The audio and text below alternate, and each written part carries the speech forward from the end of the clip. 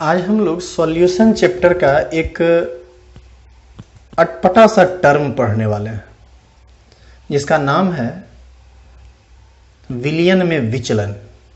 राल्ट के आंशिक दाब नियम के अनुसार विलयन में विचलन, deviation of solution from Raoult's law of partial pressure. आपको याद है Raoult's law of partial pressure, Raoult का आंशिक दाब नियम, पी ए बराबर X A into P note A, P B बराबर X B into P note B. ये शुरू में ही बताया गया था जिसमें हम लोग relative loading of vapour pressure पढ़ रहे थे, उसके जस्ट बाद ये बताया गया है। आप जिस लेक्चर में होगा आप देख लीजिएगा, एक बार फिर से उसको रिवाइज कर लीजिए, तब आप इस टॉपिक को पढ़िए तो आपको समझने में बहुत मजा आएगा और समझ में भी टोटल बात आएगी। तो अब ये नया टॉपिक कैसा है, किस चीज से रिलेटेड है, इन सभी चीजों को हम आपको एक एक करके बताते हैं। देखिए, मान लीजिए कि हम एक बड़ा सा बर्तन लेते हैं और उसमें एक विलयन बनाते हैं लिक्विड ए और लिक्विड बी का, तो हम लोग उसको कहेंगे binary solution of A and B, A और बी का द्विअंगी विलयन। अब आप जरा बताइए कि इसमें ए भी है और बी भी है। मान लीजिए कि ए को हम रेड से इंडिकेट करते हैं और बी को हम ग्रीन से इंडिकेट करते हैं, इस तरह से। तो ए और बी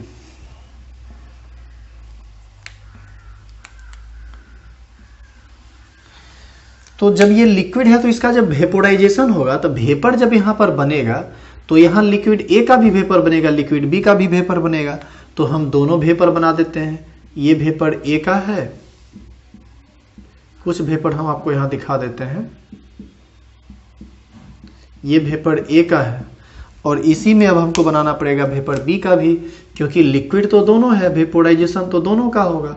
तो वेपोराइजेशन जब दोनों का होगा तो वेपर तो दोनों का बनेगा। अब वेपर जब दोनों का बनेगा तो वेपर प्रेशर भी दोनों का होगा, और वेपर प्रेशर जब दोनों का होगा तो किसी एक के प्रेशर को हम लोग उसका पार्शियल प्रेशर कहते हैं और सॉल्यूशन के टोटल प्रेशर को हम लोग पीएस कहते हैं, वेपर प्रेशर ऑफ सॉल्यूशन कहते हैं।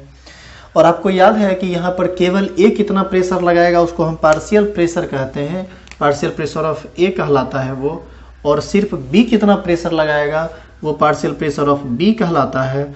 और दोनों को मिला के जो प्रेशर होगा वह सॉल्यूशन के प्रेशर के बराबर होगा, और वो हुआ करता था पीएस बराबर पी ए इंटू नहीं प्लस, पीएस बराबर P A plus P B. और राल्ट्स के नियम के अनुसार पी ए बराबर हुआ था X A into P note A, याद कीजिए आप, और पी बी बराबर हुआ था X B into P note B. आपको यदि ये सब बात याद हो तो ठीक है, और नहीं याद है तो पहले आप relative loading of vapour pressure के बाद राल्ट्स लॉ ऑफ पार्शियल प्रेशर का एक लेक्चर है, उसको आप देख लीजिए तो फिर आपको समझ में आएगा। तो ये बात आपको बताया गया था, बढ़िया से याद कीजिए। अब ये बात जब आप समझ चुके हैं तो अब आप इसी से रिलेटेड अब आपको सारी बात अब एक एक करके हम आपको समझाते हैं। देखो, इसका जो है ना, हम आपको एक ग्राफिकल कंसेप्ट देते हैं। आप यहां तक उतार लीजिए पहले। अब इसका ग्राफिकल कंसेप्ट हम आपको बता रहे हैं, इसको आप ध्यान से देखिए। यदि फिगर आपका उतर गया होगा ना तो आप इसके नीचे उतारिएगा। हम नीचे नहीं लिख रहे हैं क्योंकि हम ग्राफ पर काम करेंगे तो दिक्कत होगा, और इस फिगर का भी रहना जरूरी है। आप लोग बताइए कि पी ए बराबर होगा ना x A into P note ए। अब आप याद कीजिए, पी ए जो है वह है ए का पार्शियल प्रेशर, एक्स ए जो है वह है ए का मोल फ्रैक्शन, और पी नोट ए जो है वह है vapour pressure of pure solvent. तो अब जरा गौर कीजिए आप कि ये जो एक्स ए है ना, एक्स ए, इसको हम लोग कहेंगे ए का मोल फ्रैक्शन। और ए का मोल फ्रैक्शन का मतलब इस विलयन में ए का मोल फ्रैक्शन क्या है, और ये मोल फ्रैक्शन बढ़ सकता है, घट सकता है, ये डिपेंड करता है कि ए का हम ज्यादा मोल मिलाते हैं या कम मोल। ए का ज्यादा मिलाएंगे मोल तो ए का मोल फ्रैक्शन ज्यादा होगा, और ए मिलाते जाएंगे तो ए का मोल फ्रैक्शन और बढ़ता चला जाएगा। तो इस प्रकार से ना ये मोल फ्रैक्शन जो टर्म है ये एक वेरिएबल टर्म है। लेकिन इस पी नोट ए को आप जरा गौर से देखिए, ये पी नोट ए एक कांस्टेंट टर्म है। कैसे कांस्टेंट टर्म है? क्योंकि लिक्विड ए है यहाँ पर, और इस लिक्विड का जब वेपोराइजेशन होगा तो इसका जो पी नोट ए आएगा वो जो भी आएगा एक बार में आना होगा, जो आएगा आ जाएगा। चूंकि शुद्ध द्रव ए का ये वाष्प दाब है। तो प्योर लिक्विड का जो वेपर प्रेशर होता है, एक बार जितना आया उतना तो आपको कांस्टेंट कर रखना पड़ेगा, लेकिन जब सॉल्यूशन आप बनाएंगे तो XA बदलेगा। तो जरा बताइए, ये कांस्टेंट है, XA बदलेगा तो इसका सीधा असर PA पर पड़ेगा। आपको बताए भी थे, A बढ़ेगा तो वेपर में A का वेपर बढ़ेगा, और A का वेपर बढ़ेगा तो पार्शियल प्रेशर ऑफ A भी बढ़ेगा। तो यहां से एक बात स्पष्ट है कि ये जो पार्शियल प्रेशर ऑफ A है यह डायरेक्टली प्रोपोर्शनल होगा XA के, मोल फ्रैक्शन ऑफ A के, मोल फ्रैक्शन ऑफ A। और यहीं पर जब हम इसको बराबर करते हैं ना, PA बराबर, तो एक कांस्टेंट आता है, constant Guna mole fraction of A हो जाता है, और इसी कांस्टेंट को हम यहाँ पर P नॉट A कहते हैं। फिर वही इक्वेशन आ गया, सेम इक्वेशन। तो हम अब सेम इक्वेशन पर नहीं जा रहे हैं, हम आपको कुछ अलग बात बता रहे हैं।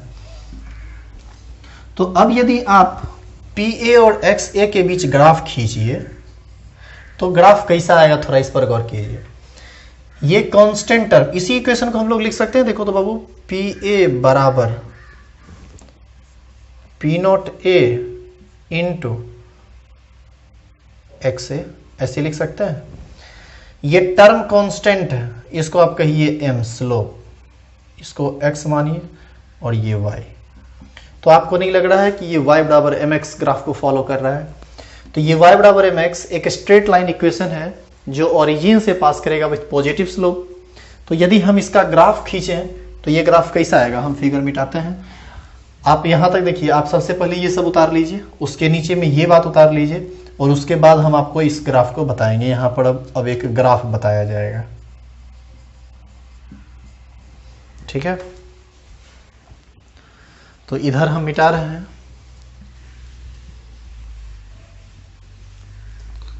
अब आप इसका ग्राफिकल कंसेप्ट देखिए। जब आप y बराबर mx का ग्राफ देखिएगा तो कुछ ऐसा आएगा ग्राफ, देखो तो ये x एक्सिस है, ये y एक्सिस। x एक्सिस पर आप XA को रखे हैं, यानी मोल फ्रैक्शन ऑफ A को रखे हैं, और y एक्सिस पर आपको पार्शियल प्रेशर रखे हैं, PA रखे हैं। तो ये ग्राफ कुछ ऐसा ही आएगा ना, देखो तो ऐसा ही आएगा ना। जिस समय मोल फ्रैक्शन ऑफ A 0 होगा, पार्शियल प्रेशर ऑफ A 0 हो जाएगा। क्या है मोल फ्रैक्शन ऑफ A के 0 होने का मतलब? हम आपको बताए थे, किसी चीज का मोल फ्रैक्शन 0 हो जाए इसका मतलब उस सॉल्यूशन में वो चीज है ही नहीं, और जब है ही नहीं तो उसका वेपर कैसे बनेगा? तो वेपर नहीं बनेगा तो प्रेशर भी नहीं होगा। तो जब मोल फ्रैक्शन 0 तो वेपर प्रेशर भी 0।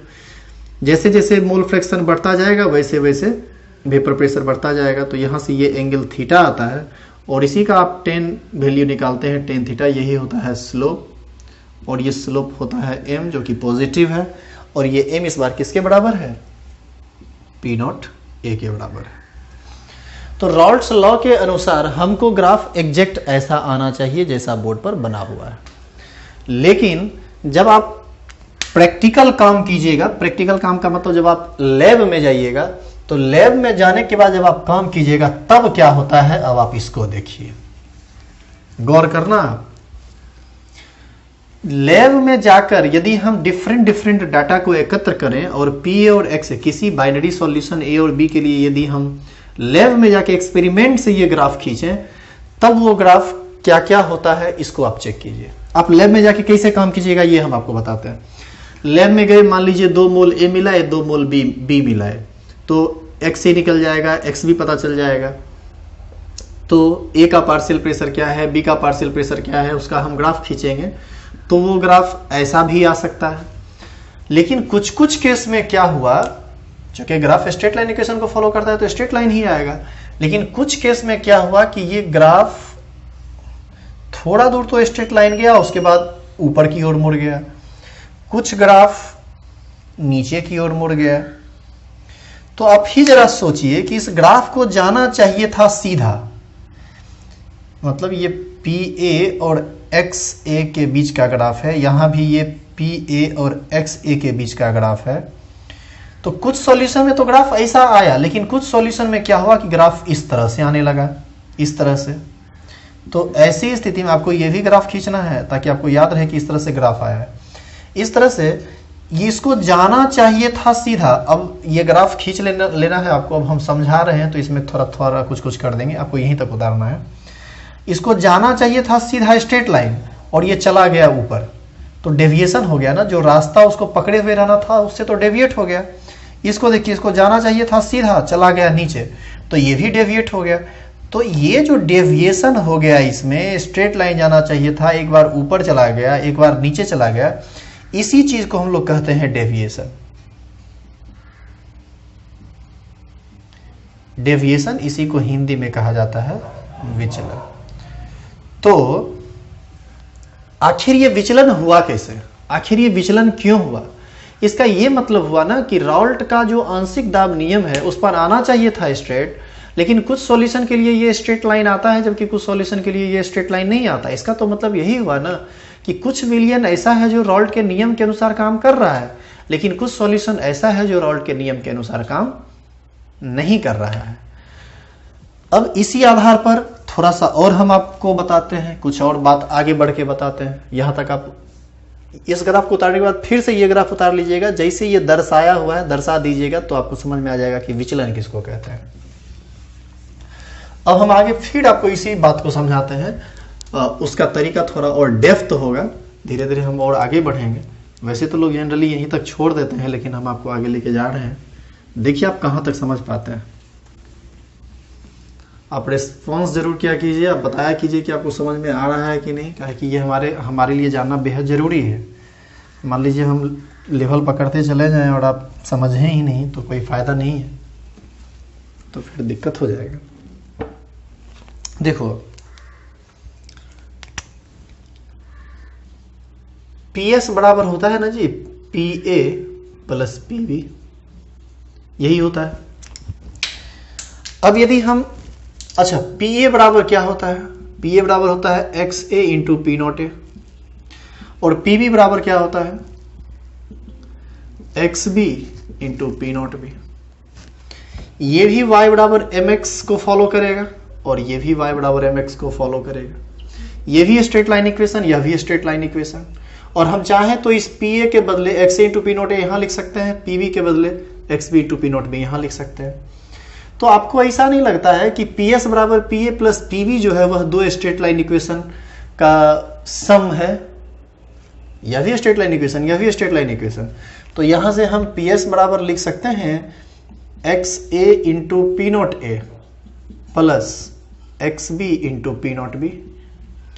तो ये जो इक्वेशन बन रहा है ये दो स्ट्रेट लाइन इक्वेशन का सम हो गया ना। और आप मैथमेटिक्स में पढ़े होंगे कि दो स्ट्रेट लाइन इक्वेशन का सम भी स्ट्रेट लाइन इक्वेशन होता है। अब कैसे होता है इसको चेक कीजिए, बाद में हम उसका ग्राफिकल कंसेप्ट भी आपको देंगे। अच्छा PS बराबर हम लोग लिख सकते हैं 1 minus XB into P0A plus XB into P0B। अब आप कहेंगे कैसे? क्योंकि बाबू बाइनरी सॉल्यूशन के लिए mole fraction of A plus mole fraction of B बराबर कितना होता है 1। तो मोल फ्रैक्शन ऑफ A बराबर हो जाएगा 1 और minus mole fraction of B, यदि इस XB को हम उधर करें तो ये लिख सकते हैं। PS बराबर हो जाएगा P0A minus XB into P0A plus XB into P0B। ऐसा हो सकता है कि नहीं? बिल्कुल हो सकता है। PS बराबर क्या होगा P0A, इसको इधर लीजिए, plus XB P0B minus XB P0A। XB इसमें भी XB तो कुछ नहीं किए, इसको इधर कर दिए, इसको इधर कर दिए। हालांकि यहीं पर हम कर देते लेकिन आपको समझाने के लिए PS बराबर P0A प्लस यहाँ भी XB है, यहाँ भी XB है, XB कॉमन ले लो, यहाँ है P0B और यहाँ है P0A, ये हो गया। तो PS बराबर इसको अब इधर लिख लीजिए, तो ये होगा XB into P0B minus P0A plus P0A। ऐसा लिख सकते हैं कि नहीं? और इसी इक्वेशन को हम चाहे तो लिख सकते हैं PS is equal to P0B minus P0A into XB plus P nought A. बताइए ऐसा लिख सकते हैं कि नहीं? कुछ नहीं किए, इसको इधर लिख दिए। अब इतना हम किए का है, इससे हमको क्या फायदा मिलेगा अब ये समझना बेहद जरूरी है। देखो कोई सॉल्यूशन जब आप बनाएंगे तो बैरोमीटर जब आप इसके ऊपर रखिएगा तो पीएस का मान ऑटोमेटिक पता चल जाएगा, यानी पीएस का मान आप एक्सपेरिमेंट से बेहद आसानी से निकाल सकते हैं। और ये जो चीज है P A plus P B या P X A into P note A plus X B, ये तो कैलकुलेशन से निकलता है ना अकॉर्डिंग टू रॉल्ड्स। इसको हम एक्सपेरिमेंट से भी निकाल सकते हैं, रॉल्ड्स के अनुसार भी निकाल सकते हैं। रॉल्ड्स के अनुसार इस सब वैल्यू को हम गुना भाग कर देंगे तो पीएस निकल जाएगा। और एक्सपेरिमेंट के आधार पर हम लैब में जाके इस सब सिस्टम पर काम करेंगे, देखेंगे कि पीएस का मान कितना आया तो डायरेक्ट पीएस का मान निकल जाएगा। यानी पीएक्स का मान एक्सपेरिमेंट से भी निकल सकता है और लैब में जाकर कैलकुलेशन से भी निकल सकता है according to Raoult's law of partial pressure. अब आप गौर कीजिए इस इक्वेशन को। पीएस एक वेरिएबल टर्म है। वेरिएबल टर्म कैसे है? विलियन का पार्शियल प्रेशर, विलियन का अपना प्रेशर बदल सकता है। अब विलियन का अपना प्रेशर कैसे बदलेगा आप इसको समझिए। पी नोट बी और पी नोट ए एक कांस्टेंट टर्म है, पी नोट ए एक कांस्टेंट टर्म है, तो कांस्टेंट माइनस कांस्टेंट कांस्टेंट, इसको आप कर दीजिए एम। एक्स भी एक वेरिएबल टर्म है तो इसको कहिए एक्स और प्लस इसको कहिए सी। आप देखिए ये एक स्ट्रेट लाइन इक्वेशन आया, y is equal to M X plus C को ये फॉलो कर रहा है। यह भी एक स्ट्रेट लाइन इक्वेशन है, बस ये ओरिजिन से पास नहीं करेगा, इसका कुछ ना कुछ y इंटरसेप्ट होगा। तो हम चाहे तो यहां भी ग्राफ खींच सकते हैं। तो इसका ग्राफ किस तरह का आएगा? इसका ग्राफ इस तरह का आएगा, हालांकि यहां पर ग्राफ का जरूरत है नहीं। एक्स एक्सिस पर हम लोग मोल फ्रैक्शन ऑफ बी को रखते हैं, y एक्सिस पर हम लोग वेपर प्रेशर ऑफ सॉल्यूशन रखते हैं। ग्राफ कुछ इस तरह का आएगा, ये जो एंगल होगा यही थीटा होगा और यही टेन थीटा स्लोप होगा जो P nought B minus P nought ए के बराबर होगा। तो देखिए ये भी एक स्ट्रेट लाइन इक्वेशन है। तो दो स्ट्रेट लाइन इक्वेशन जो ओरिजिन से पास कर रहा था, जब हमने उसको जोड़ा तो वह भी एक स्ट्रेट लाइन इक्वेशन है जो ओरिजिन से पास नहीं कर रहा है, लेकिन है तो स्ट्रेट लाइन इक्वेशन। तो ये इक्वेशन आया। अब आप गौर कीजिए आप कि PS बराबर X B into P note B से ये आपको स्पष्ट समझ में आ गया होगा कि दो स्ट्रेट लाइन इक्वेशन का सम भी स्ट्रेट लाइन इक्वेशन ही होता है।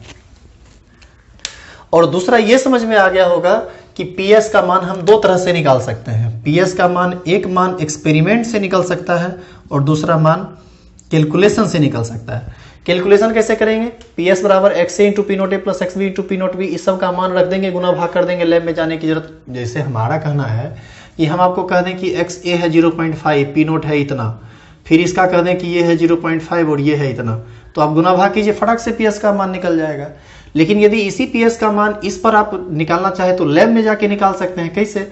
आप A और B का समान मोल ले लीजिए, तो XA का मोल फ्रैक्शन 0.5 हो जाएगा और XB का मोल फ्रैक्शन 0.5 हो जाएगा।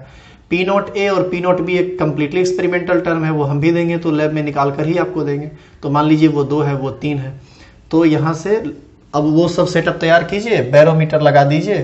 बैरोमीटर लगाने के बाद देखिए कि PS का मान कितना आया।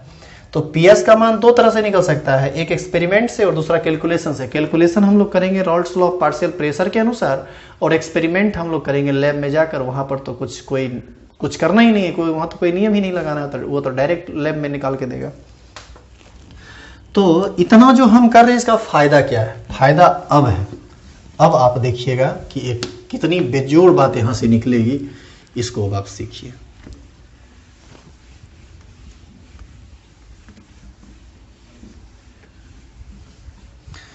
तो हम आपको ये बता रहे थे कि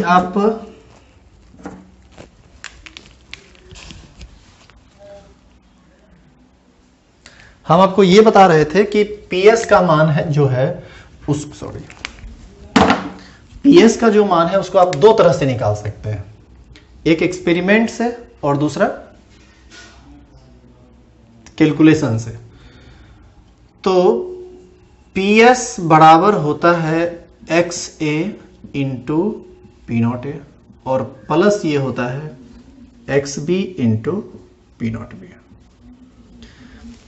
अब ऐसा हो सकता है कि कैलकुलेशन से जो मान आया वही मान मान लीजिए कि आपको लैब में भी आ गया।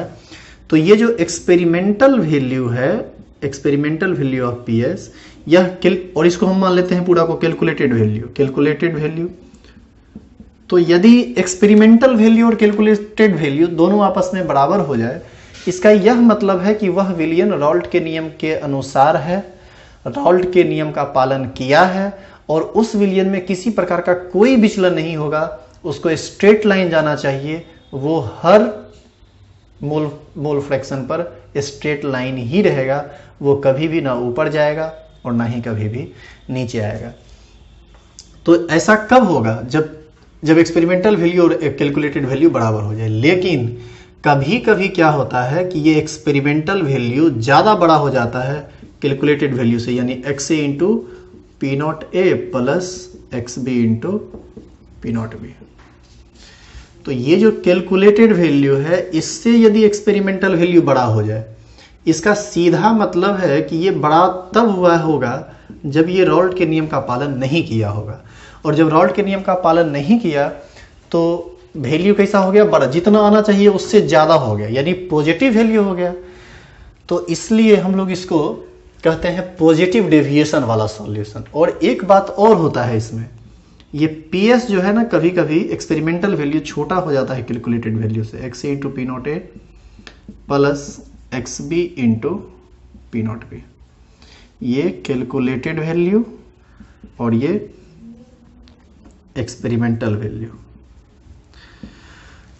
तो यहां पर आपको ना लैब में 3 तरह की बातें हो सकती है, देख लीजिए किस किस तरह की।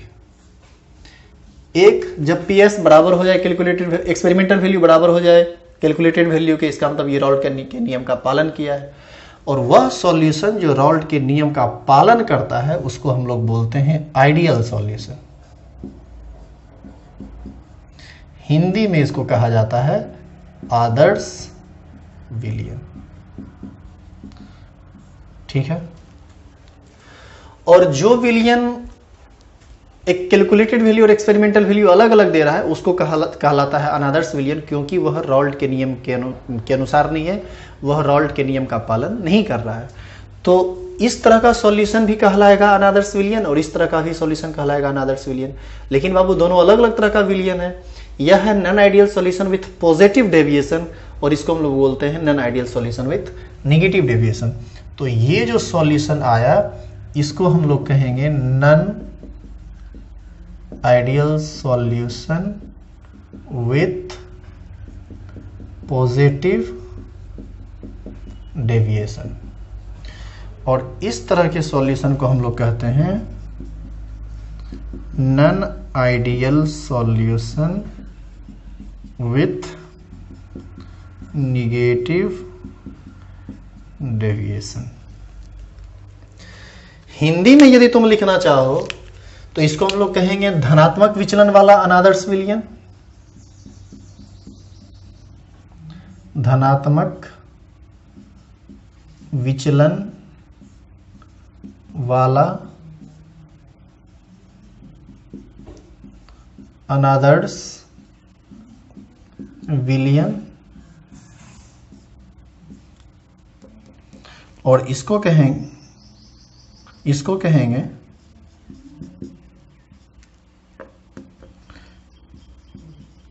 ऋणात्मक विचलन वाला अनादर्श विलयन। ठीक है। तो इस तरह से विलयन कितने प्रकार के हो गए? विलयन 2 प्रकार के हुए, एक अनादर्श विलयन, दूसरा अनादर्श विलयन। अनादर्श विलयन 2 तरह का होता है, non ideal solution with positive deviation और non ideal solution with negative deviation. अब इस सबको आप एक एक करके डिफाइन कर लीजिए क्योंकि इसका डेफिनेशन बहुत ज़्यादा जरूरी है। ठीक है। पहले आप इसको लिख लीजिए जो बात यहाँ पर लिखा हुआ है।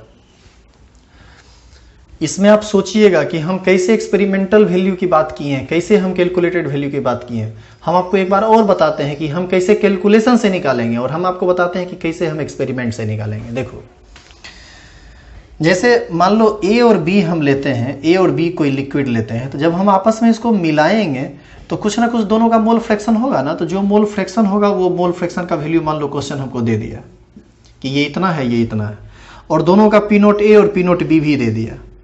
तो यदि ये चार चीज हमको दे दिया, पी नॉट ए और पी नॉट बी दे दिया, तो रॉल्ट के अनुसार हम लोग इसको आसानी से पी एस का मान निकाल सकते हैं इस फॉर्मूला से।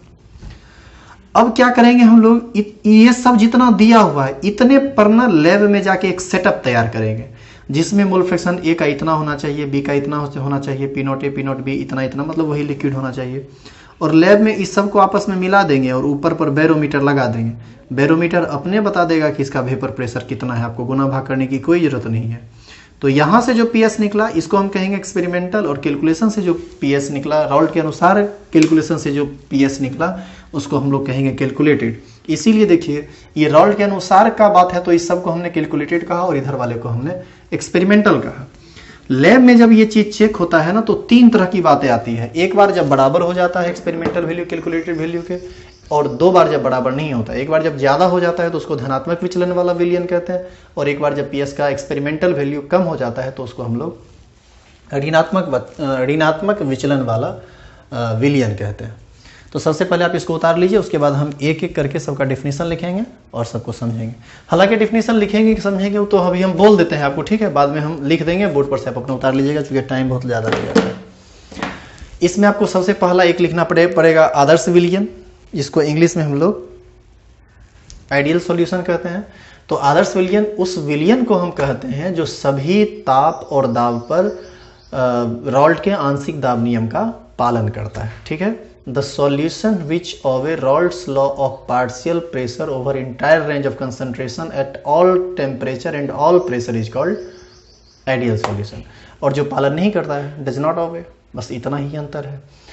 नॉन आइडियल सॉल्यूशन दो तरह का होता है, एक non ideal solution with positive deviation और एक non ideal solution with negative deviation. अब इस तीनों तरह के सॉल्यूशन में अंतर क्या है उस सब चीज़ को भी हम यहाँ पर एक एक करके लिख के समझाएंगे। पहले आप इसको उतार लीजिए, फिर हम वो सब डिफाइन करके लिख देंगे, आप एक ही बार में अपना उतार लीजिएगा, ठीक है।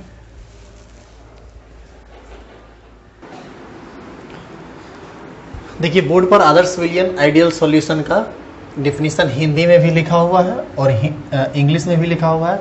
यहाँ पर आइडियल सॉल्यूशन का एग्जाम्पल लिखा हुआ है। ये 3 एग्जाम्पल जरूर याद रखिएगा, बोर्ड एग्जाम में पूछता है। जो बात अभी हम थोड़ी देर पहले बोले थे एग्जैक्टली वही लिखा हुआ है, आप इसको उतार लीजिए। हिंदी मीडियम इंग्लिश मीडियम जो भी हैं आप देख लीजिए, जिनको जो चाहिए वो लिखा हुआ है। तो ये आदर्श विलियन था। देखिए लिखा हुआ है कि वह विलियन जो सभी ताप तथा सभी दाब पर राउल्ट के आंशिक दाब नियम का पालन करता है उसे आदर्श विलियन कहते हैं। The solution which obey the Raoult's law of partial pressure over entire range of concentration at all temperature and pressure is called ideal solution, and example of ideal solution is this। तो इसको आप उतार लीजिएगा, याद रखिएगा ये बहुत important है बोर्ड के लिए। VVI फॉर बोर्ड एग्जाम,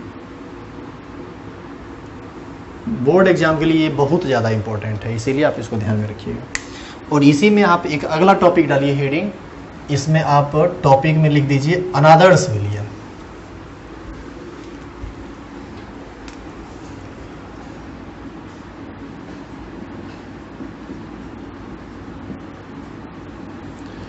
अनादर्श विलियन में करना क्या है, वह विलियन जो सभी ताप तथा दाब पर राउल्ट के आंशिक दाब नियम का पालन, यहां पर आपको सिर्फ करना है कि पालन नहीं करता है,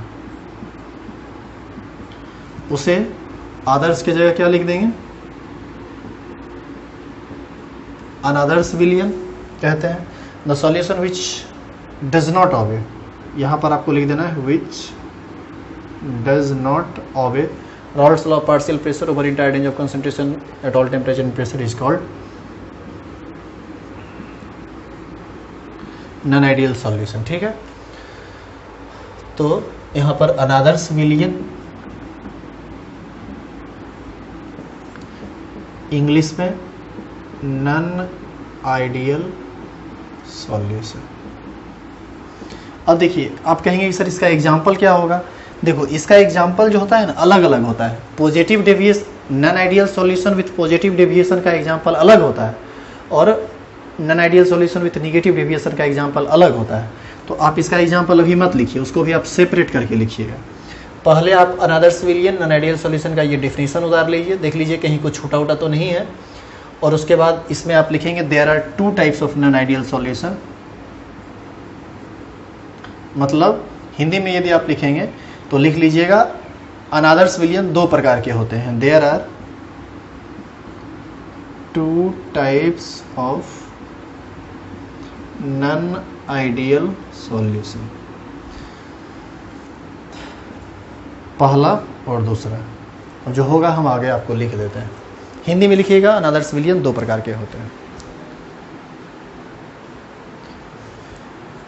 तो यहाँ पर ऋणात्मक विचलन वाला जो विलियन होता है वो दो प्रकार का होता है। एक धनात्मक विचलन, नॉन आइडियल सॉल्यूशन अनादर्स विलियन दो प्रकार का होता है। एक धनात्मक विचलन वाला अनादर्स विलियन, एक ऋणात्मक विचलन वाला अनादर्स विलियन। Non ideal solution with positive deviation, non ideal solution with negative deviation. दोनों का एग्जाम्पल लिखा हुआ है, आप एग्जाम्पल लिख लीजिए। इसका एग्जाम्पल पूछता है या फिर आपसे क्वेश्चन पूछेगा ना कि आदर्श विलियन और अनादर्श विलियन से आप क्या समझते हैं, तो आपको ये सारी बातें लिखनी पड़ेगी जो पिछले 5-6 मिनट में आप पढ़ रहे हैं आदर्श विलियन से लेके अभी तक। तो आज का क्लास यहीं तक रहेगा। नेक्स्ट क्लास में हम आपको ना तीनों विलियन का प्रॉपर्टी बताएंगे। तीनों विलियन का प्रॉपर्टी का मतलब तीनों विलियन किस टाइप का होता है, उसमें कौन कौन सी बातें होती है, उसका गुण क्या होता है, इस सब को एक एक करके देखेंगे, जिसका बहुत भारी भारी ग्राफ बताया जाएगा। तो आप y बराबर mx, y बराबर माइनस mx, y बराबर mx प्लस सी, y बराबर माइनस mx प्लस सी, इस सब का ग्राफ देख लीजिएगा। मोल फ्रैक्शन को रिवाइज कर लीजिएगा। रॉल्ट का आंशिक दाब नियम को रिवाइज कर लीजिएगा। जो न्यूमेरिकल दिया गया है उसको बना लीजिएगा, तो नेक्स्ट वीडियो समझ में आएगा, नहीं तो समझ में नहीं आएगा। कुछ थर्मोडायनामिक्स का कंसेप्ट आएगा यहाँ पर। तो बहुत सारी बातें यहाँ पर हैं जिसको हम लोग एक एक करके चेक करेंगे नेक्स्ट क्लास में। आज के लिए बस इतना ही, धन्यवाद।